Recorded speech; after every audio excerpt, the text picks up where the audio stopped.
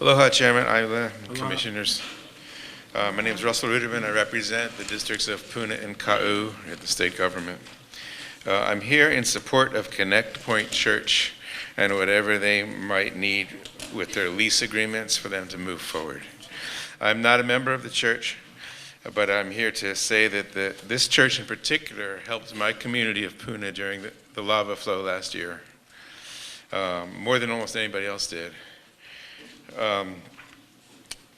Among the many things that they did was Pastor Dion Maeda convened and was the chair of a faith leaders group, which met weekly for more than 3 months, and was the quick response team. You know, while our government agencies were moving extremely slowly, this was a group of people that moved really fast and provided food and housing to people who were in desperate, urgent need.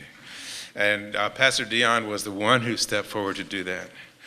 This church also established the Hali'iki tiny house village out in Puna, the second of the small tiny house villages, providing temporary housing for people who lost their homes. They didn't have to help.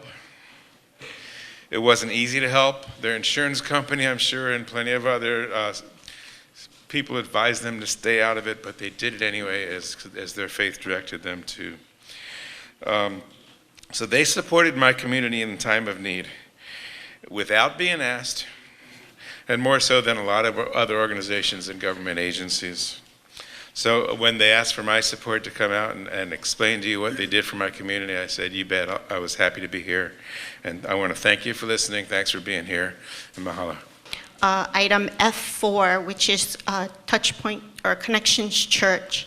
Like Senator Ruderman, they really did step up and serve the community that was facing lava and a lot of uncertainty.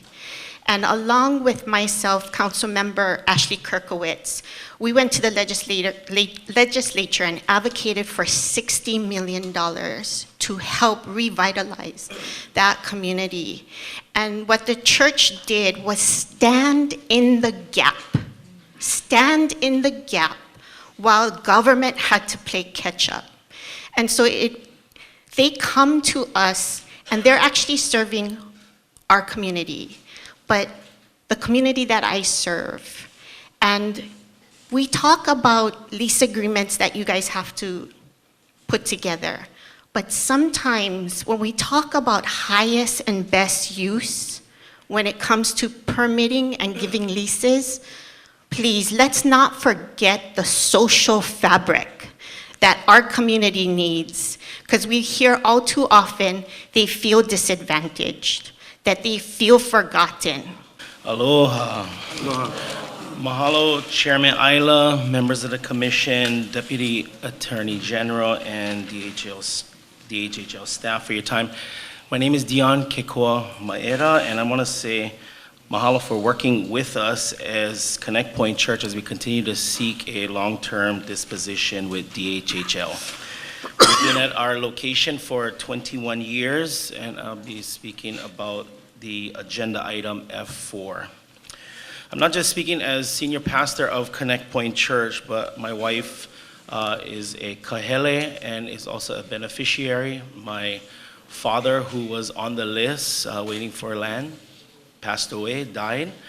So I'm not just speaking as a senior pastor, but also as a Hawaiian, and also serving many people in the community who are Hawaiian. Hundreds of members of our church, who many of them are Hawaiians, like the Evans, the Maugas, Cardozas, Wilkes, Kaheles, and many, many others, are people that we serve. We are in favor of the approval for the one-year right of entry, but we are not in favor of DHHL public auctioning off our property in the next year.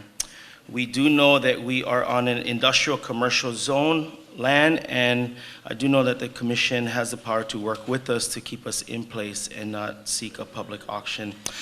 I believe that we at Connect Point Church directly fulfill the mission and vision of Prince Kohio Jonah and why the Hawaiian Home Act was started to rehabilitate and improve the lives of the Hawaiian people. My handout in Kauai's meeting will explain how we have done that. What you also have before you is a letter of support from Hawaii County Council member Ashley Kirkowitz, in supporting us seeking a long-term disposition with the department. And you heard earlier from County Councilwoman Sue Liloy and Senator Russell Ruderman. In closing, myself and the church continue to pray for all of you. I know that you guys have many different issues and challenges, not just with our church, but we continue to love despite what happens, what decisions are made. Our choice is to still love and pray. And our prayer is that you guys have wisdom, for strength, and for courage. So mahalo for your time. Thank you, Pastor.